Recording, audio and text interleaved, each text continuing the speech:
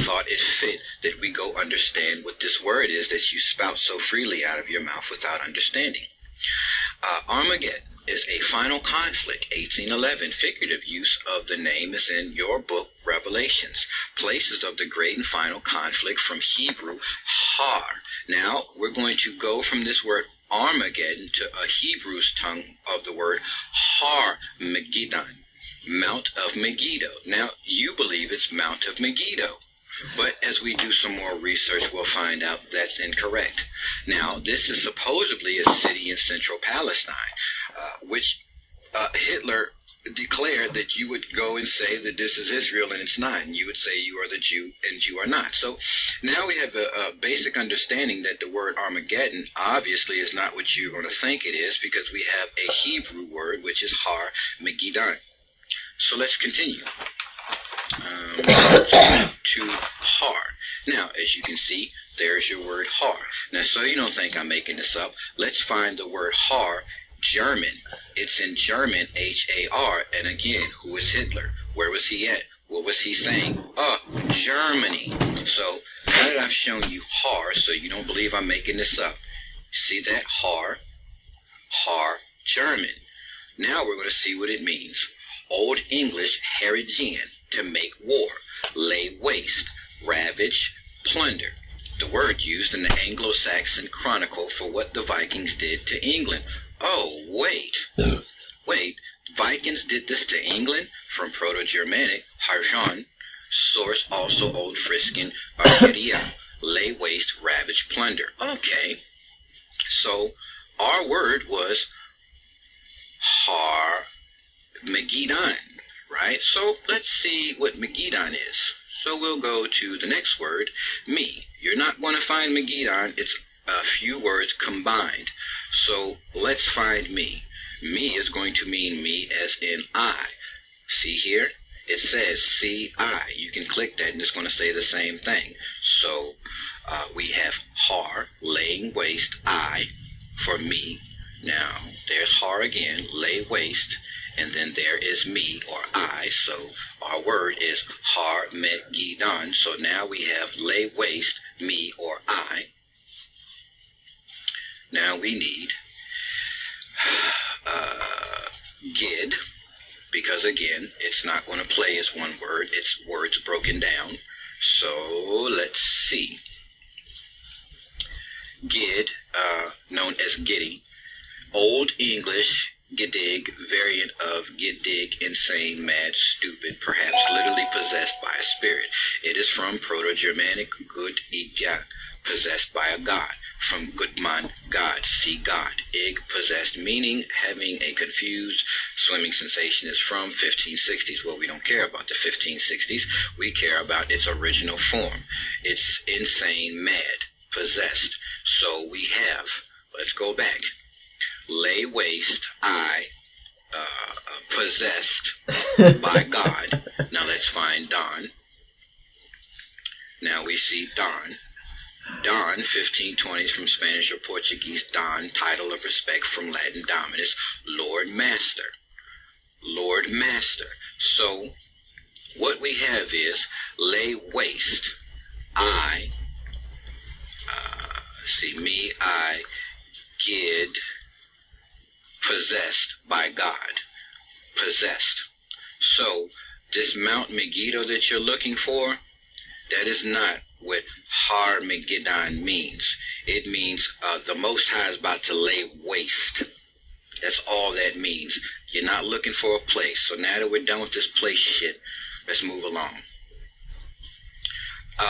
Something else you should understand is the word demon, because a lot of you fuckers are screaming out everybody's a fucking demon. Demons are possessing people, and that's the most stupidest shit you can ever think to say, because that word does not mean any fucking thing that you can think of. So we're going to first look at that word, and then we're going to break it down and see exactly what the fuck that word means. So demon, 1200s, from Latin, daemon, spirit. Keep that in mind, because we're going to have to break this word down via daemon. Spirit, from Greek daemon, deity, divine power, lesser god.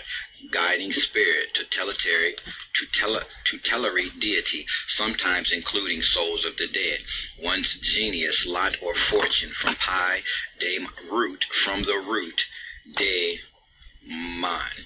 Now, they show you de right here, to divide. They show you de, the root is to divide. So demon is to divide. Well, what are you dividing? So let's see. Let's type in man. All right. So man, 1510 from French monsieur, from monsieur, my Lord, from sure Lord. So man, divide, my. I'm sorry, y'all. I forgot I was recording. To say my Lord. Man is mine or mine. So demon, let's go back. Demon is to divide my or mine. Right? So now you're dividing something. This is not a spirit. This is not a deity possessing people. No, no, no. This is the division of something that belongs to something great. I am that I am. I, my, mine. I. Okay. Now, because you're still not believing me, I'm going to show you possessed. So your phrase is demon possession, or the demon possesses. Well, the demon is obviously divided I, or divided my, dividing the Most High, right? Dividing his, which, again, Hitler broke it down for you, the jewel. So you have divided the jewel. Possess is to hold, occupy, or reside in. Well, who's possessing something? As Hitler broke it down for us, you've come into America and you're now possessing the jewel of the Creator, right? You're not only possessing the jewel, but you're possessing the real land, quote unquote, Israel, the real land where they reside. They reside in what you call Asheroth, or the Americas. You're residing in the house of Israel, and you are occupying it, and you are possessing not only the land, but the people, okay? So your demon possession is nothing more than you possessing the land of the Most High and his children, his jewels. So if you still haven't figured out by now that your Christian ways are stupid as fuck and you don't read enough, we'll continue. Now, how is all of this done? Well, all of this was done by the Papal Bull, 18th of June, 1452. Now, you might wonder what this has to do with anything. It's because you don't read, so I'll read for you. Pope Nicholas issued the Papal Bull, Dum Diversus, on the 18th of June, 1452. It authorized Alfonso of Portugal to reduce any Saracens, quote-unquote, Muslims or Masolems, and pagans and any other unbelievers to perpetual slavery. This facilitated the Portuguese slave trade from West Africa. The same Pope, now you've got to understand, Muslims are found in West Africa and Northwest Africa. That's why in West Africa they had to be subjugated as well. The same Pope wrote the bull Romanus Pontifex on January 5th, 1455, that's just 3 years later, to the same Alfonso as a follow-up to the Dum Diversus. It extended to the Catholic nations of Europe dominion over discovered lands during the Age of Discovery. Now, let's not play like we're dumb. The Age of Discovery is, quote-unquote, your story of Christopher Columbus discovering this, quote-unquote, new world, the Americas, Asheroth or Aseroth. Along with sanctifying the seizure of non-Christian lands that are not yours, it encouraged the enslavement of native non-Christian peoples in Africa and the New World. Now in Africa, you will find the quote-unquote Masolems. And in the New World, you're going to find what they called pagans. Now, I'm sure I could bring this all to a simple understanding, but by now you should understand two different groups of people had to be conquered. You find this in the Old Testament. Two groups of people had to be conquered, subjugated, and enslaved together. Think about that, you Christians. If you're not reading enough, please go to Deuteronomy and start reading there and get your minds right. You're blatantly walking around ignorant. Now, so you understand more about, oh, wait a minute. I didn't let this slide past. No, I didn't. Let me show you people something else. I want you Christians to understand rapture, because all of you are waiting for a great rapture. So you're waiting for a great rapture, and you really don't even know what a rapture is. You think that your Jesus is coming to save you. But your Jesus sacrificed a lamb. Jesus, he didn't sacrifice himself, did he? No, he didn't. He sacrificed the lamb. Now, if you go into Zechariah, and you just open up the Old Testament book of Zechariah, if you think I'm full of shit, I'm trying to help you Christians now. You open up the book of Zechariah, you're going to read about a sheep with no what's the term?